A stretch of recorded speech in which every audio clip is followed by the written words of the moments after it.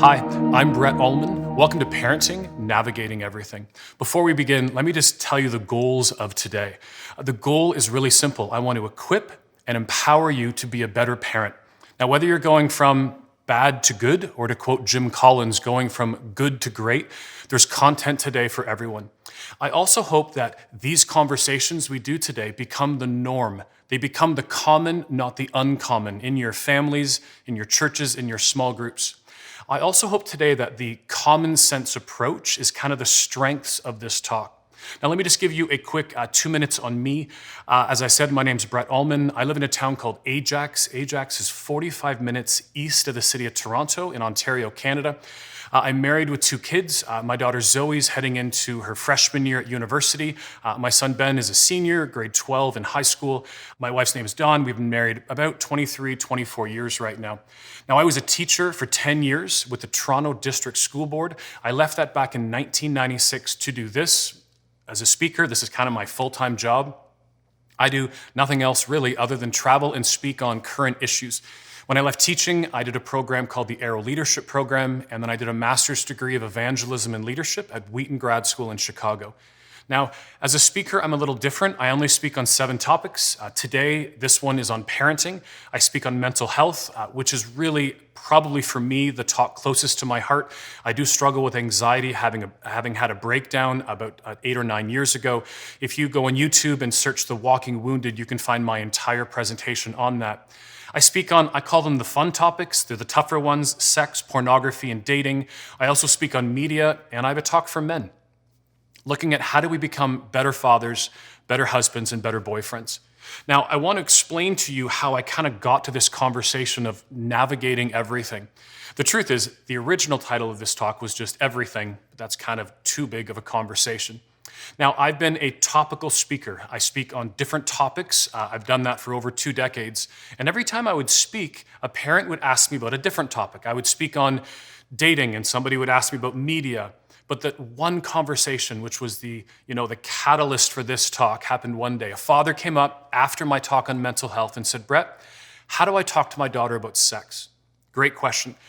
I went to answer, but before I could, he interrupted and said, "Oh, wait, by the way, she hates me." I said, "What?" And he said, no, forget about that. How do I talk to her about sex? And I'm like, no, forget about sex. What do you mean your daughter hates you? Because that's everything. If you don't have a relationship with your kid, you will not be speaking truth into their life. And I realized that I don't have any conversation, any talk, any dialogue on how do we become good parents in that relationship conversation. I'm talking about topics, but you need that relationship, which is kind of where this began.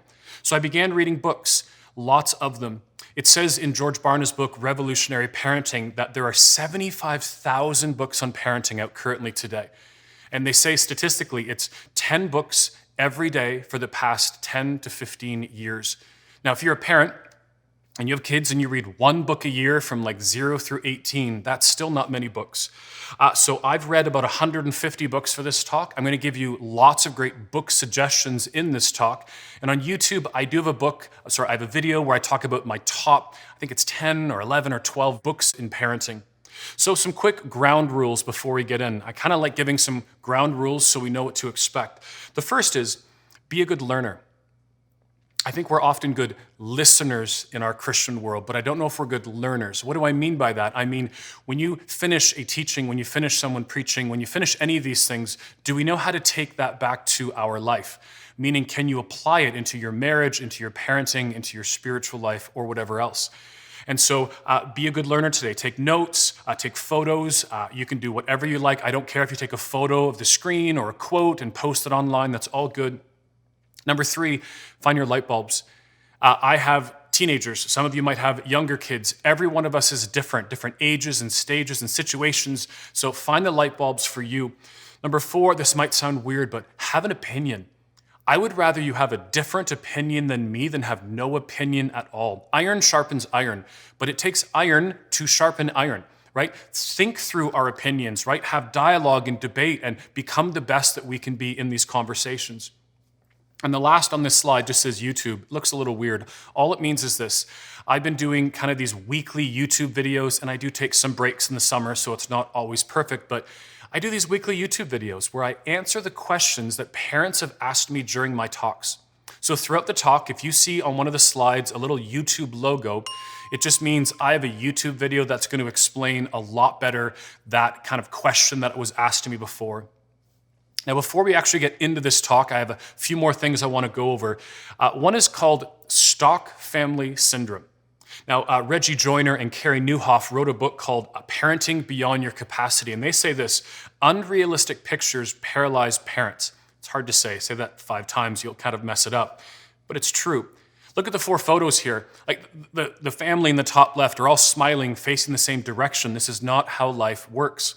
The family walking through the forest, the women have hats on, everyone's holding hands. This never happens. The problem is, you look at these photos and it's not usually you. The 4 people riding bikes in the bottom, that was never my experience. My daughter was always, I call her Pokey, she was always a kilometer behind. My son was always a kilometer ahead. If my wife was out working for the day, she's a nurse, and I'm alone with my kids, who do I save? Like they're a kilometer away in each direction.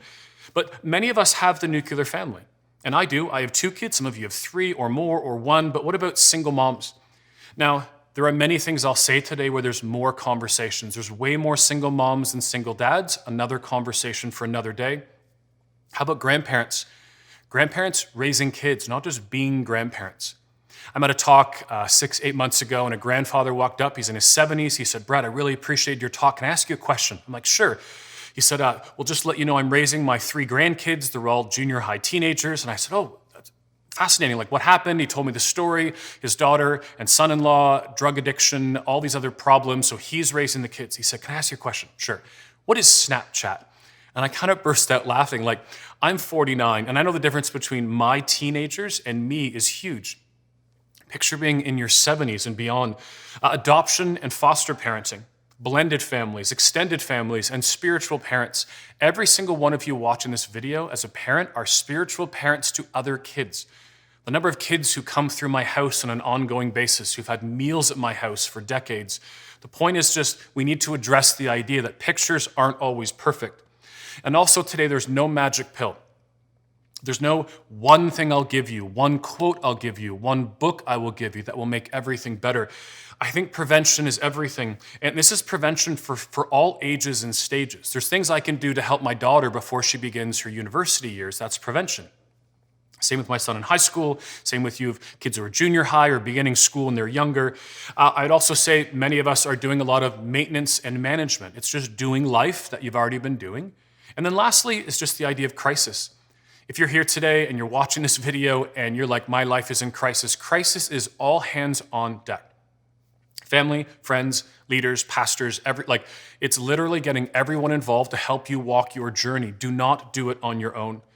Now, this slide scares people, and I think it's okay to look at this. Now, this is just kind of grade 1 through grade 12, looking at what ages my kids are seeing things today. The top is mine. The bottom up to grade 6 are actually my friends' kids, and then the rest are just kind of things I read through studies. Grade 1, technology changed. If I had my iPhone with me, I would show it to you. Like the iPhone came out when my daughter Zoe was in kindergarten. It's changed everything.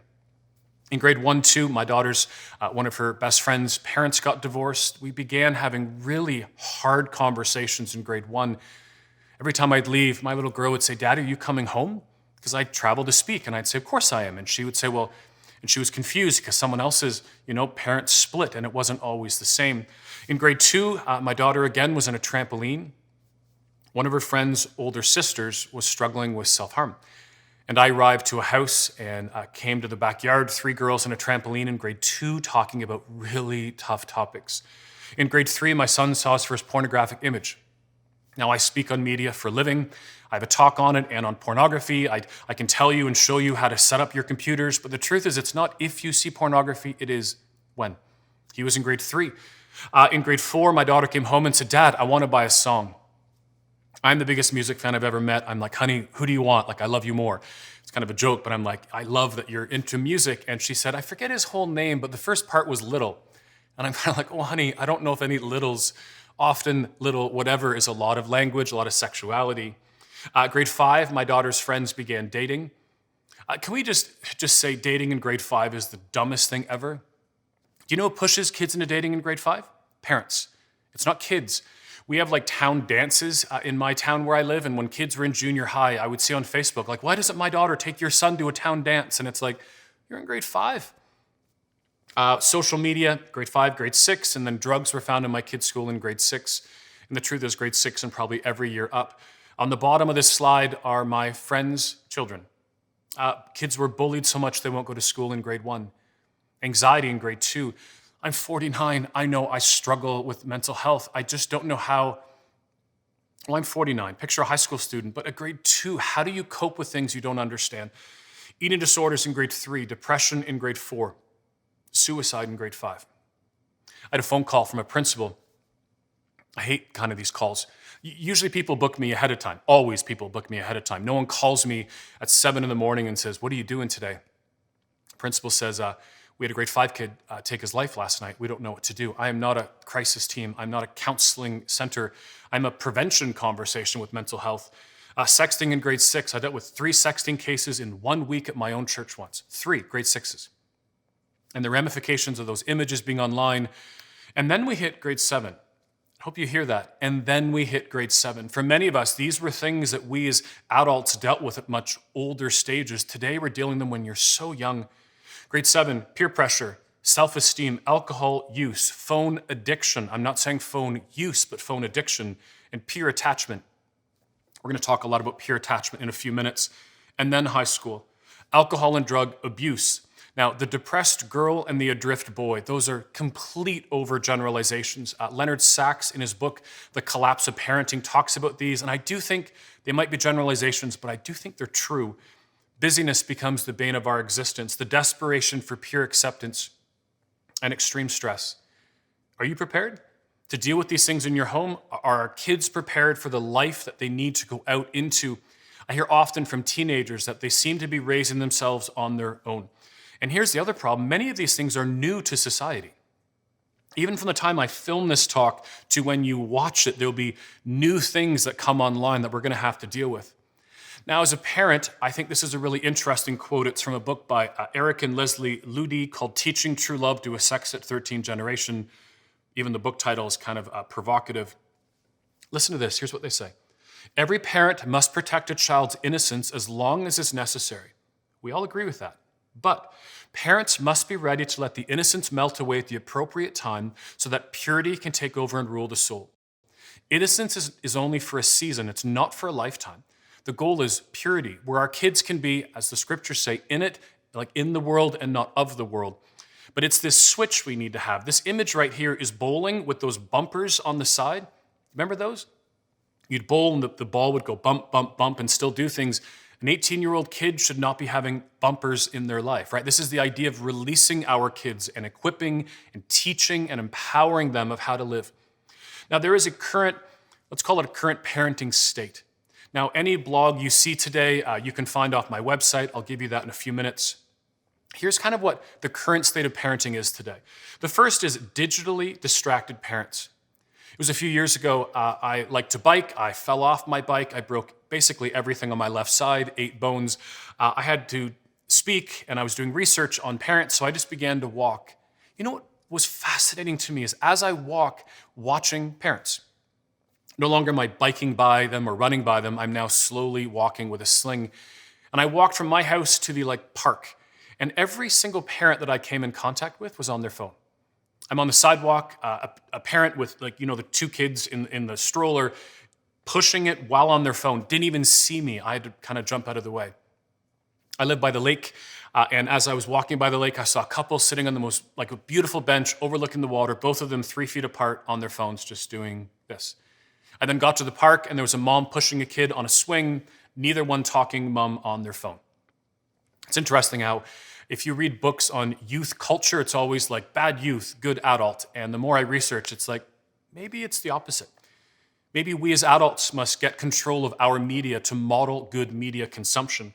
Indulgent parents who let kids rule the world, a sense of entitlement rather than responsibility, inadequate sleep and unbalanced nutrition. We could do an entire talk on that. Sedentary indoor lifestyle, endless stimulation, technological babysitters, instant gratification and an absence of dull.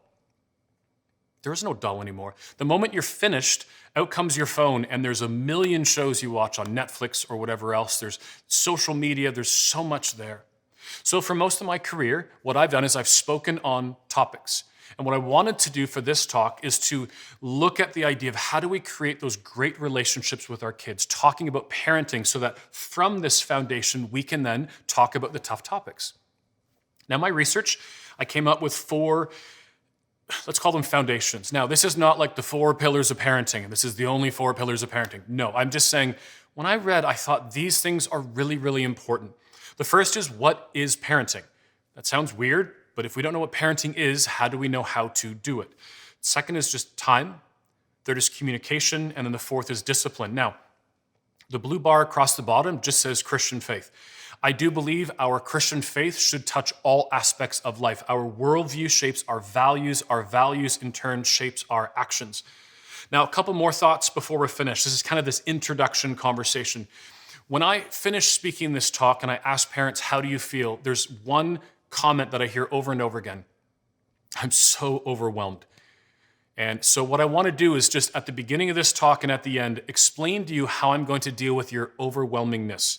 The first is I have these, and I've already mentioned this weekly YouTube video where I'm going through questions.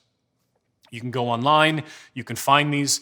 Number 2, on my website, which is just my name, brettullman.com, if you click on blog, every single category, including parenting, but media and mental health and all these other ones, if you click on them, you'll find articles. Now, when I say I'm a blogger, I guess I'm a vlogger if it's YouTube driven, but I think of myself more as a curator. I read a lot of blogs and content. I find the best of those, and I just kind of push them back out to you. Now, I do have a new book, and I'm going to show you that in the next slide, but I would also say I would encourage you to not do life alone as a parent. Whether it's a small group at church, whether it's a book club, do life together. As Home Depot would say, you can do it, we can help. It's the exact same in your parenting. Now, this is my new book. Now, this is not a small book. This is 226,000 words. It is 16 chapters. But the goal of this was simple to me. When you have a baby, most of us get the book or are given the book, What to Expect When You're Expecting. Then you come home with your baby and it's like, life is here, what do you do? So rather than putting 5 or 6 different books together, this is one book. First 6 chapters are kind of what we're doing today. Now, we're only going through 4 things today. There's one chapter just on parenting, and there's another one called The Progression of Parenting, looking at how, as our kids age, we have to give them more and more freedom as we prepare them to launch into life. But once we go through the foundational things, and this talk today is really just that, then there's a chapter on every other conversation.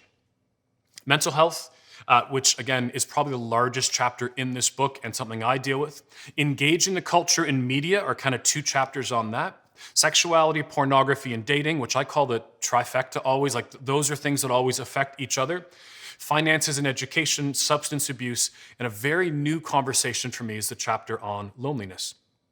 Now you can find this book on my website, and then on Amazon, Barnes & Noble, all those kind of other sites where you buy books. So this is the kind of end of the chapter of introducing myself and looking at the kind of introduction to the conversation of parenting.